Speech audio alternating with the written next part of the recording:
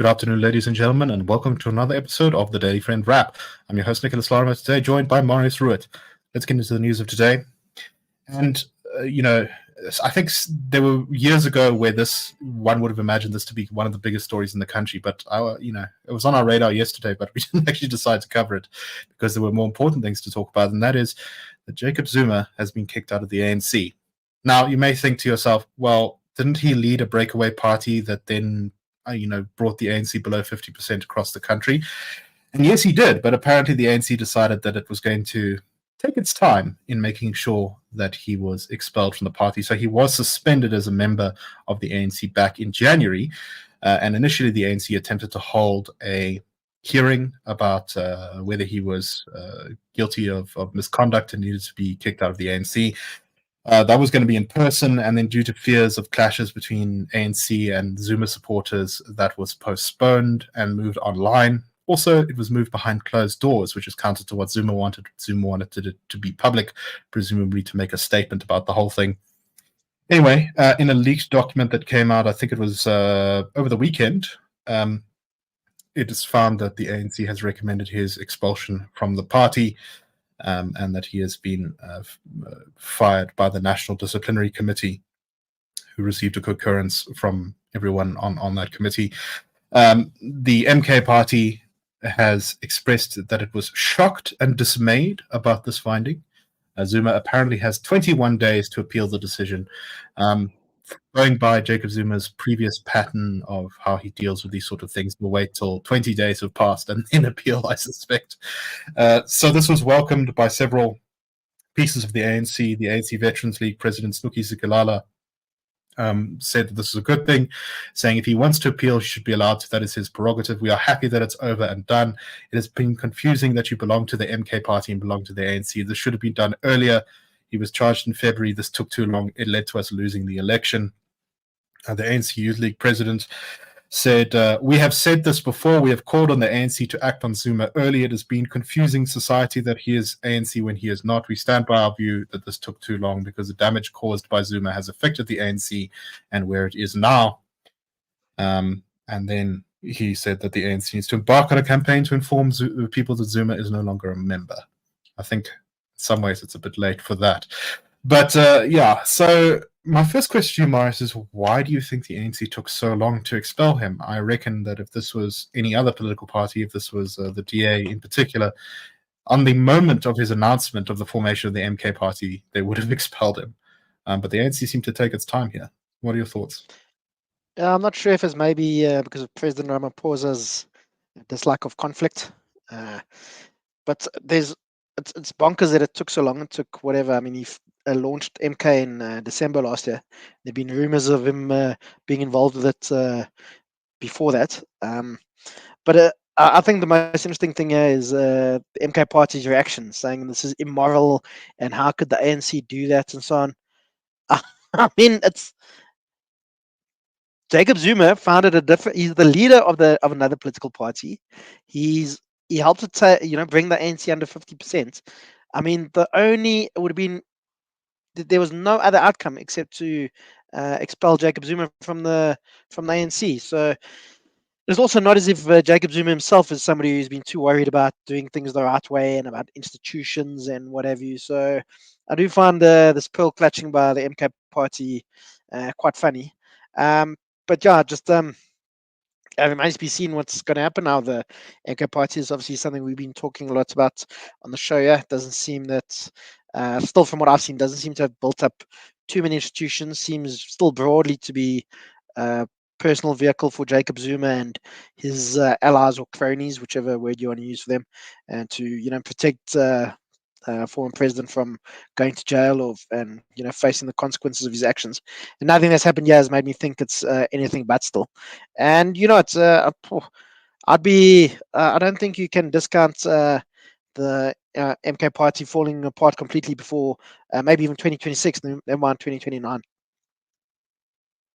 Yeah, I think that remains one of the most important questions as to whether that party can hold together. And it's a genuine question. We don't know. It could, it might not. And regardless, depending on which way that question is answered, will have big impacts on the country. It is still worth noting, however, and I've made this point before, but it's worth repeating, that MK has only won one by-election so far in the whole country. And it's in every by-election, I believe, that it stood in, it's pretty much underperformed what it got in the national election, which does make one wonder whether people are actually voting for MK or for Zuma. And I suspect people are voting for Zuma. And so when Zuma is not on the ballot, and he might be in a local government election, presumably, MK is going to struggle a little bit, even in KZN. I don't know. What do you think of that, Marius? And I mean, and that's also the thing. It's clearly not necessarily just a KwaZulu-Natal party. But it's definitely a Zulu party. If you look at maps that show you proportions of Zulu speakers across South Africa, where they are highest, it maps almost exactly with where MK did well. So it's all quite telling. And a party that's very confined in that way is going to find it difficult to, sort of enhance itself. It's kind of the trap that the IFP has been stuck in for a long time in the country. So it's been identified as a Zulu party. Anyway, let us move on to our next story, and we're going to be talking a little bit in the next two stories about developments in various places overseas. One of which is some comments made by the ruling party of Namibia, SWAPO. A SWAPO Politburo and Central Committee member has said that SWAPO will rule Namibia forever, and there will never, ever be a government of national unity there like in South Africa. He said, "Don't get excited for things happening somewhere, saying it will happen here. Never. It will never happen." Talking about a government of national unity. He then went on to say that victory is near, comrades, but only if you register to vote and you bring victory for SWAPO. He then went on to talk about how there's no need for anything like political violence because SWAPO was so confident in its superiority and victory, and that it was he said, "Let us campaign aggressively, but peacefully and respectfully. We are not desperate, just as SWAPO has the right not to be insulted, not to be abused. Brothers and sisters and other political movements also have those rights. Let us compete in peace and unity." And this is an interesting question about the state of Namibia. There is speculation that SWAPO might not be able to hold onto its control of the country in the upcoming Namibian elections. And I think it is very interesting to see, once again, the sort of impact that South Africa has on some of our neighbors, that the government of national unity here has sparked, it seems like, similar thoughts and considerations in our neighbors. Marius, what do you make of these comments?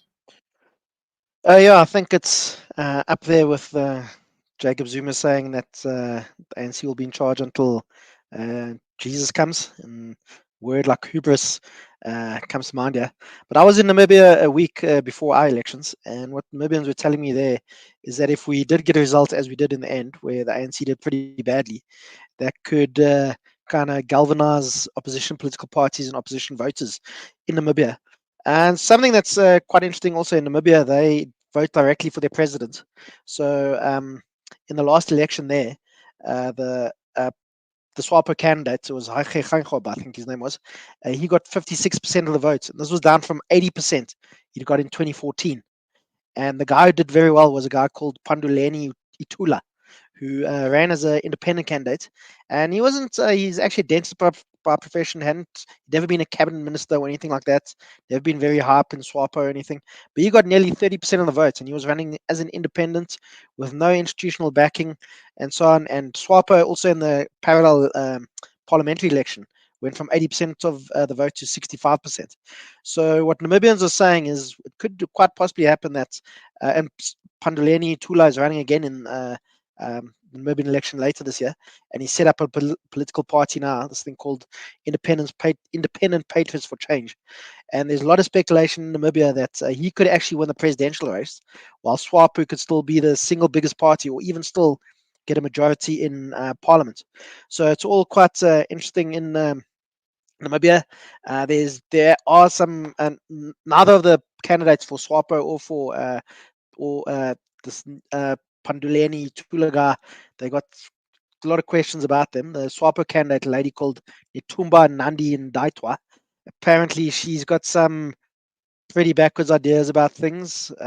She's apparently not completely terrible, but she's not very exciting or whatever. And while compared to Tula, is apparently very energetic guy, is very charismatic. But as I said, he's a dentist by trade, and one of the Namibians told me, he's maybe you wouldn't mind voting for him as president, but you wouldn't let him work on your teeth. So it tells you maybe about the type of guy he is. So, but yeah, it's. I think what happened in South Africa is going to definitely galvanize Namibians and so on. And I think what this Namibian guy was saying, that there'll never be a GNU there. It's famous last words comes to mind. And Namibia's also got a very similar electoral system to South Africa, proportional representation. So it actually lends itself to multi-party and coalition governments. And it's funny, they also had local government elections in 2020 when SWAPO also did pretty badly. And that's what we've seen in South Africa, where the ANC first started doing quite badly in local government elections, and now got this bloody nose on 29th of May here in South Africa. So I think Namibia is definitely a very interesting place to watch. It's if anybody follows it, it's there's been big oil discoveries there, which could change the country quite a lot. But they follow South Africa in many ways. They've got a lot of the same bad ideas being pushed there. Things such as BE and expropriation without compensation. They've Obviously, even it's got got their its own nuances. EFF. Exactly. Who luckily for them don't do nearly as well as our EFF. But they still have somebody like that there. So yeah, it's definitely a place to watch. As I say, they follow South Africa a lot in terms of their policy and so on, but they also have some better ideas than we do. So yeah, it's going to be quite interesting there, I think. And I think the election's scheduled for towards the end of November. So I think anybody who's interested in Southern African politics is definitely one to look out for there. Yeah, no, very interesting times, and it does seem like our fates are very closely tied together. So it'll be very interesting to see whether SWAPO does in fact lose their majority. I do see they do seem to have a little bit of the same problem that South Africa has, which is very split opposition. With you've got the largest opposition party only getting about 16% of the vote in the last parliamentary election. So I wonder if Itula's entry will consolidate the opposition somewhat or expand it. Yeah, I mean, I think what tells you that Itula, I mean, without a political party, got 30% as president. So I'm sure he's going to have some momentum behind him. But yeah. And also one other problem is that there's no real polling in Namibia. So a lot of this is just speculation. So, but I do believe that they are looking to do some polling before the election. Yeah, it's just basically guessing on our part. Yeah, well, I think we've actually didn't have amazing polling. We had like maybe Ipsos doing a poll like 4 elections beforehand, and now I thought that the Social Research Foundation did some really great stuff before the last election, which is very useful and enlightening and interesting to read about. And I was very happy that we had that addition. And I hope that South Africa and indeed Namibia will have more polling in future elections. All right, let's move now across the Atlantic Ocean to Venezuela, which had a election in the country. This was, I think, widely assumed that it was going to be have interference and not be fully free and democratic. The government of Nicolas Maduro has been, shall we say, quite heavy-handed. He is a dictator in effect in that country. And to be honest, I was actually shocked to some degree that the opposition was even able to sort of run in this election. Yet the opposition did run, and the results have been coming in, but to say they're contested is an understatement. The official electoral commission there in the government has declared that Nicolas Maduro is the winner of the election with 51%. But independent observers, the opposition, and various other groups have condemned the electoral results as not actually reflecting the votes cast on the day. The opposition says that it has voting tally proof that it in fact won the election. They say they've managed to gather about 70% of the electoral results so far, and they reckon that their candidate got twice as many votes as Nicolas Maduro. In response to the declaration of victory by Maduro, there have been major protests across the country. Accusations already that either government-affiliated paramilitaries or police and army units have actually used some live ammunition on some of these crowds. There's definitely already been some clashes, major arrests. Protesters are chanting things like, and this is translated from Spanish, obviously, "I don't want gold, I don't want government food aid, I want Nicolas Maduro to leave, which I presume rhymes better in Spanish. The protesters have also been tearing down statues representing Maduro's predecessor and basically his political mentor, Hugo Chavez. There are statues of him all over the country. And a number of foreign countries, the United States, many other South American and Central American countries have criticized the results of this election. It looks like relations have already been broken off with a number of elections. Uruguay said that its government will not recognize Maduro as the winner. Peru's government has ordered Venezuelan diplomats in Peru to leave within 72 hours, citing serious and arbitrary decisions made today by the Venezuelan regime. And I believe also, I think El Salvador has criticized the results as well. Even some of Venezuela's allies in the South American left, places like Brazil, who are not exactly friends with the Venezuelan government, but are at least sort of warm towards them, have expressed some concerns about how the election results have been handled. The United States, of course, has also condemned the election results. So my question to you, Marius, obviously it's way too early to say, but is the dictatorship of Maduro going to fall? Or do you think they're going to hold on? I am not particularly enthusiastic when I see this already extremely aggressive and violent response by the state towards this the protests. I don't know. What are your thoughts? Yeah, I mean, it's a bit too early to say, I think. Maduro and Chavez before him have been in power for quite a long time now. I think 30 odd years or 25 years or so. And we've seen, across the border in Limpopo, we can see what happens when a very authoritarian party won't let go of power. We've had ZANU-PF in charge in Zimbabwe since 1980, and they've been excessively authoritarian since about 2000. And yeah, they're still there, and there's no. It doesn't really look like they'll be leaving anytime soon. But if there is pressure from the rest of the region, there could be maybe there will be we'll start seeing pressure on Maduro and his allies to start stepping down. I think apart from Cuba, they don't really have any actual allies left in the region, so it'll be something to watch out for. I think Russia's been quite supportive of them as well. But I mean in the area, yeah. Oh yeah, in the area, yeah. Yeah, and I mean Javier Milei, who's basically the polar opposite of Maduro, has already said some crazy things like the Venezuelan military should overthrow Maduro. So maybe we'll see a kind of war in South America. It's probably unlikely, but something to look out for. Yeah, I believe that there were some opposition members actually hiding inside the Argentinian embassy in Venezuela, and that there's been speculation that the Venezuelan police may enter that embassy without permission. That'll be a bit of an international incident, I think, if that happens. Yeah.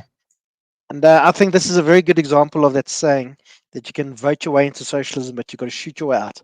I mean, don't forget that Chavez at first came to power in a normal democratic election, and then started, subverting how things work and that.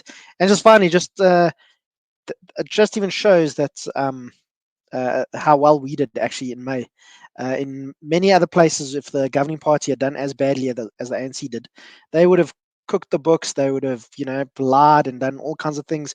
Looking at Zimbabwe again, you can see what happened when ZANU-PF started losing support there at first. They didn't accept the result. They didn't, start thinking about how they can reform. They just basically went onto the streets and started cracking heads and so on.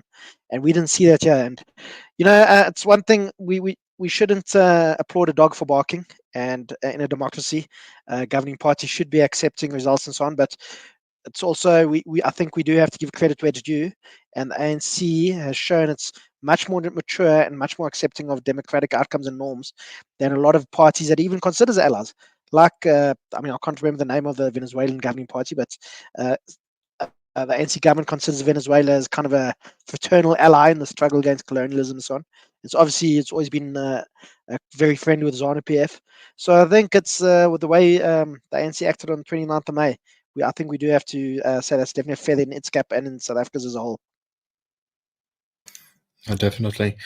Democracy is a very precious thing, and it could have been a lot worse. I think they are the United Socialist Party of Venezuela.